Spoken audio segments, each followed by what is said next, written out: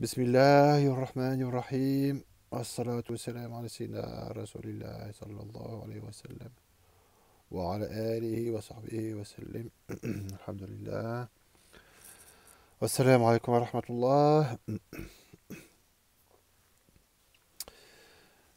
Nous voilà dans la 18e jalsa de Adab al-Tariq et de Sheikh présentation du livre Sha'rani sur les Adab du Tasawwuf.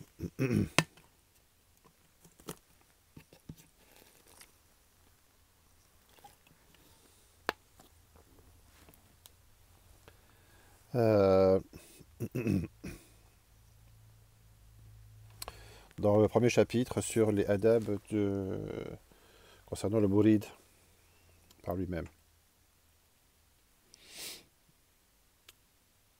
Et c'est aussi le 18e adab, 18e règle. Si l'on est résident dans une zawiya ou dans un marché, avoir pour priorité de supporter et de pardonner avec bonne âme à toute personne qui vient à lui avec quelque chose de défendu, et d'accueillir toute personne se présentant à lui, parmi les gens de la zawiya ou du marché, ou d'autres, avec consentement et soumission.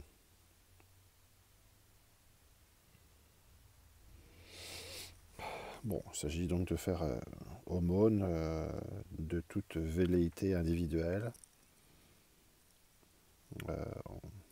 On rapporte à ce propos-là un dora qu'on fait le matin en sortant de chez soi à ce propos, de faire aumône de son honneur a priori, c'est-à-dire avant quoi que ce soit. C'est-à-dire de se mettre dans une disposition dans laquelle on refuse, si on peut dire, on fait aumône de revendiquer son droit, même s'il est justifié, si on est atteint dans son honneur, et d'être bien disposé. 19e adab. Il incombe au mouride, lorsqu'il ne trouve pas dans son pays quelqu'un, parmi les maîtres, avec lequel il pourrait s'éduquer, d'émigrer de son pays vers quelqu'un de connu pour guider les mouridines du temps présent. D'émigrer de son pays vers quelqu'un de connu pour guider les mouridines de son temps. Y aurait-il à faire jusqu'à lui un voyage d'une année ou plus?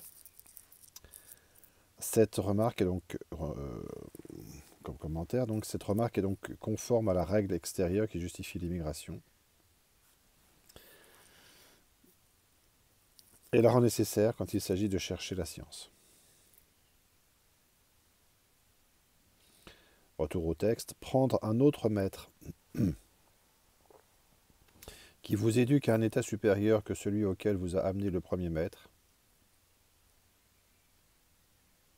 fait partie des obligations lorsque ce dernier vient à mourir. La voie, en effet, n'est pas limitée à un lieu. Ainsi, lorsque mourut Sheikh Mohammed Sahraoui, maître de mon maître, dit le Sheikh Sha'rani, le Sheikh Mohammed Shannawi, auquel son Sheikh avait précédemment donné l'autorisation de guider spirituellement les disciples et de leur transmettre leur attachement, s'étant trouvé avec Ali Mursafi, lui demanda leur attachement. Sidi Ali lui dit alors: tu es, par grâce à Allah, parvenu au degré des hommes spirituels, véritables, et n'a nul besoin de rattachement, c'est-à-dire d'être en rapport, d'être sous l'obédience d'un cheikh, dans le cas présent. Il répondit: Je ne veux pas rester un seul instant sans instructeur spirituel, oustaz, bien que je fasse partie de ceux qui se sont initiés auprès de lui et à qui il a permis de diriger les autres. Puis il me dit, ô mon fils, initie-toi auprès du maître de ton maître, afin que nous fassions partie des disciples de Ali, ce que je fis. Donc là, c'est un cas un peu complexe, un peu particulier. Mais cette manière de faire n'a pas lieu d'être en général, dit l'imam Sha'rani, en dehors des gens parfaitement sincères dans la voie. Pour ceux qui ne le sont pas, c'est-à-dire qui n'ont pas atteint ce degré, leur âme ne leur permet pas, après l'autorisation de leur maître, de s'initier auprès de quelqu'un d'autre. Ce qui est l'un des plus grands signes de défection et des indices majeurs montrant que leur maître les a trompés dans l'autorisation.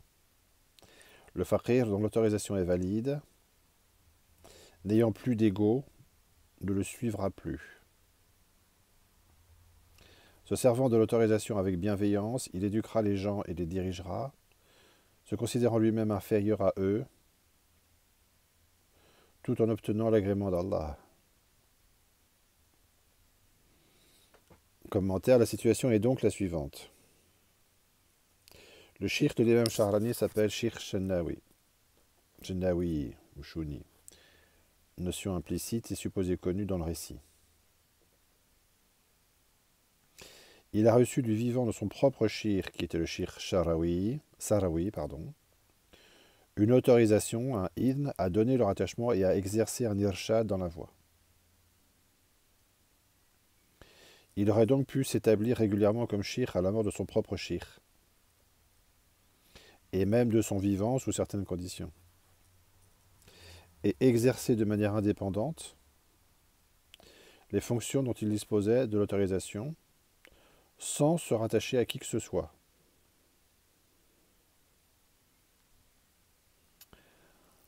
Il décide néanmoins de se rattacher au shirk Ali Mursafi, qui accepte, en lui demandant d'expliquer sa décision. Le shirk Shannawi, lui ayant fait comprendre qu'il désirait ainsi rester dans une position extérieurement conforme aux usages, demanda à son propre disciple, c'est-à-dire l'imam Sha'rani, de se rattacher également au shirk Ali Mursafi, qu'il appelle alors le shirk de ton shirk, dans le but d'être ensemble la disciple du même shirk. Bon, on voit bien qu'il s'agit de cas vraiment très particuliers. Mais bon, c'est intéressant de les connaître,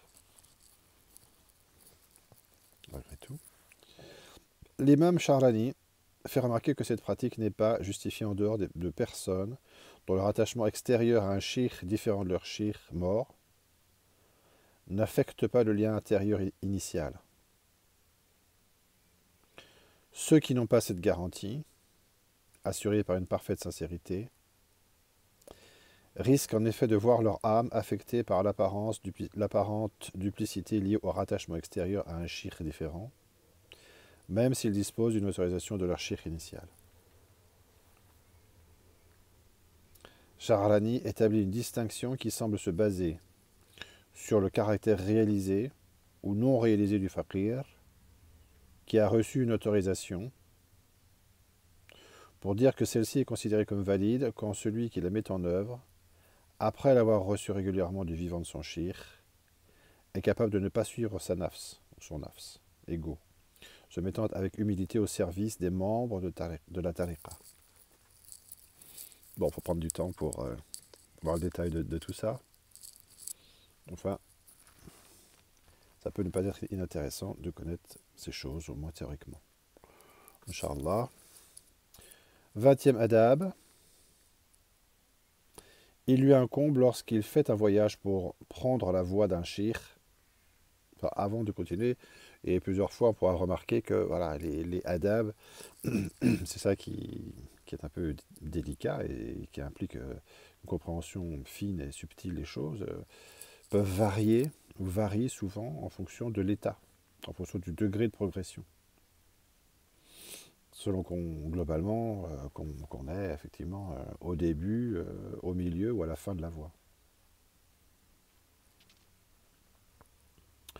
Il lui incombe, lorsqu'il fait un voyage pour prendre la voie d'un shir, et que celui-ci l'accueille sèchement et avec un visage renfrogné, de patienter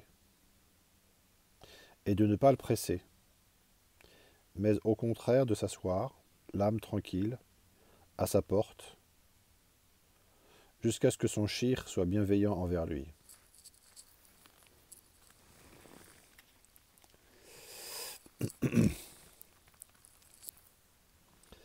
La sécheresse en question dut-elle durer une année ou plus? Il n'en démordra pas.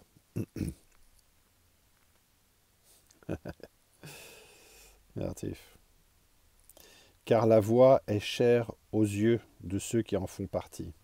La valeur, elle est élevée pour les gens qui en font partie, qui sont de cette nature. La voix est chère aux yeux de ceux qui en font partie. Et il n'est pas permis à ceux-ci de permettre quelque allègement que ce soit à quiconque de ceux qui viennent chez eux. Il faut être à la hauteur de ce qu'on cherche. Les maîtres doivent le soumettre à l'épreuve pendant plus d'un an avant de l'ordonner. Il dit à ce propos, un mouride que son shir n'a pas éprouvé avant la prise d'initiation ne réussira pas en fin de compte, car il sera entré dans la voie sans aucun adab et sans l'honorer. Celle-ci le rejettera, même longtemps après, à la différence de celui qui sera rentré avec vénération et avec un amour intense. Il est dit dans le Coran, ô vous qui croyez, quand viennent à vous des croyantes émigrées, soumettez-les à examen. Soumettez-les à examen. Allah connaît seul très bien leur foi. Traduction Blacher, Paris Maisonneuve, 2005, Sourate 60, verset 10. Il en va de même pour le mouride qui émigre pour demander la voie, car tous les deux, c'est-à-dire le mouride et les croyants émigrés, c'était dans le verset, ont en commun la quête de la guidance. Bon, il y aurait beaucoup de remarques à faire, mais la première remarque à propos de la mise à l'épreuve avant de l'ordonner, on est bien loin de l'attitude fébrile et pressante, ne provenant pas toujours des disciples, d'ailleurs, peut-être aussi de ceux qui donnent l'initiation, comme de ceux qui la demandent. Observée ici ou là est décrite dans la Tariqa n'est pas l'article en question sur le porteur de savoir. Traduction de Qasida de Cheikh Mohamed Zaki Eddin Ibrahim. Deuxième remarque, concernant la quête de la guidance et le caractère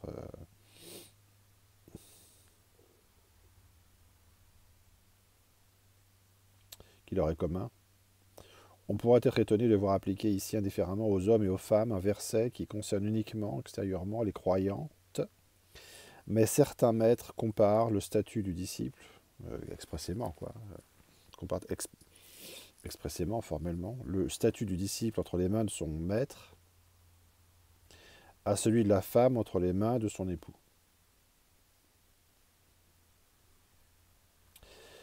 Retour au texte. Notre maître, le Cheikh Mohammed Chenaoui Ahmadi, nous a appris que lorsqu'il cherchait la voie, il avait voyagé du pays de l'Ouest vers la Perse pour prendre la voie de Cheikh Abu Hamayal.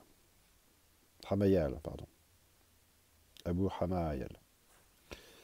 ce dernier ne s'adressa pas à lui et ne se montra pas enjoué. Mais lorsque le maître prit conscience de son fort engouement, c'est-à-dire pour la voir, il l'approcha et lui dit: Mohammed, je veux le bien pour toi et pour les autres. Je ne fais pas ça pour autre chose. Mais je voulais ainsi te mettre à l'épreuve, afin que tu entres dans la voie en la glorifiant, elle et ceux qui en font partie. On pourrait faire des remarques aussi sur les questions des épreuves initiatiques, voir à ce propos ce que dit Cheikh Abdel Wahid.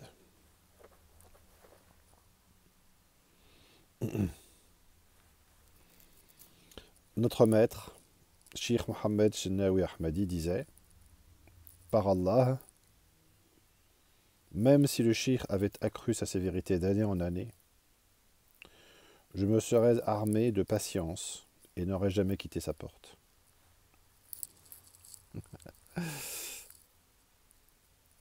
Frapper à la porte n'est pas faire du tapage. Ya Latif. 21. Il lui incombe de ne pas tourner son cœur, quand il entre dans la voie, vers quelque chose qui est sorti de lui, c'est-à-dire qu'il a dépensé, c'est une traduction littérale, parmi les choses du bas monde.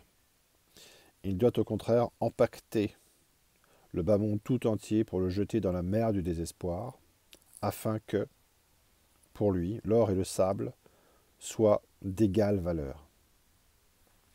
Abul Qasim Qushayri rahimahullah a dit: le mouride, dont le cœur a toujours un penchant pour les vices et les passions de ce bas monde, ne portera le nom d'aspirant qu'au sens figuré. C'est virtuel, n'est pas effectif. Il n'est pas digne du mouride de pourchasser de sa tête les tentations pour y retourner ensuite, ni de s'attacher à l'argent, à une habitation ou encore à une fonction quelconque. Mais il incombe au mouride de mettre l'existence apparente de ce bas monde et sa vanité essentielle sur un même pied d'égalité pour n'agacer personne, ne serait-ce qu'un zoroastrien. Ceci s'illustre par le fait que les dons d'Allah Ta'ala, destinés à son serviteur, ne sont connus par lui, par le serviteur, comme tel, que lorsque, par exemple, il les mange, à ce moment-là. Que lorsque, par exemple, il les mange, les boit et s'en revêt. Il ne connaît rien de cela avant qu'il ne lui soit attribué, effectivement. Même s'il sait qu'il s'agit de son propre bien, il ne devra pas le disputer avec qui que ce soit, car nul ne peut le lui soustraire, ne serait-ce qu'une bouchée. La dispute, je crois que c'est Monachracha ou quelque chose comme ça, je ne sais plus trop. Bismillah. Qu'est-ce que c'est le terme? Bismillah.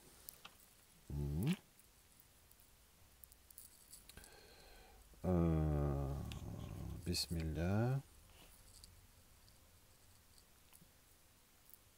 Bon. Je revois ça, on ira le revoir. Munazara. Non, c'est pas quoi? Oui, je pense que c'est ça. Munazara.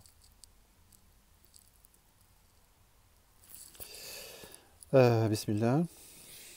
Où en était-on? Où en étions-nous? La dispute qui concerne ce bas monde provient de l'avidité.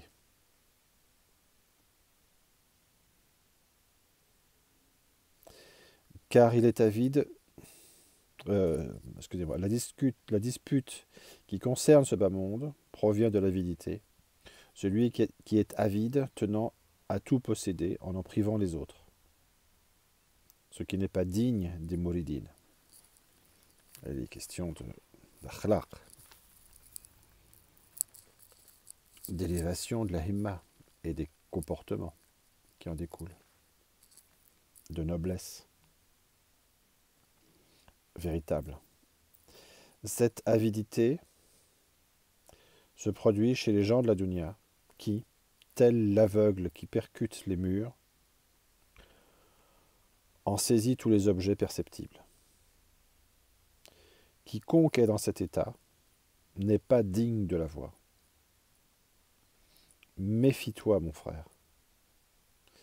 Si tu aspires à faire partie des initiés, des choses de ce bas monde qui te détourneraient d'Allah, qu'Allah te guide. Amin. Amin ya Rabbil Alamin. Wassalatu wassalamu ala sayyidina Rasulillah sallallahu alayhi wa sallam wa sahbihi wa sallam. Assalamu alaikum wa rahmatullahi wa barakatuh.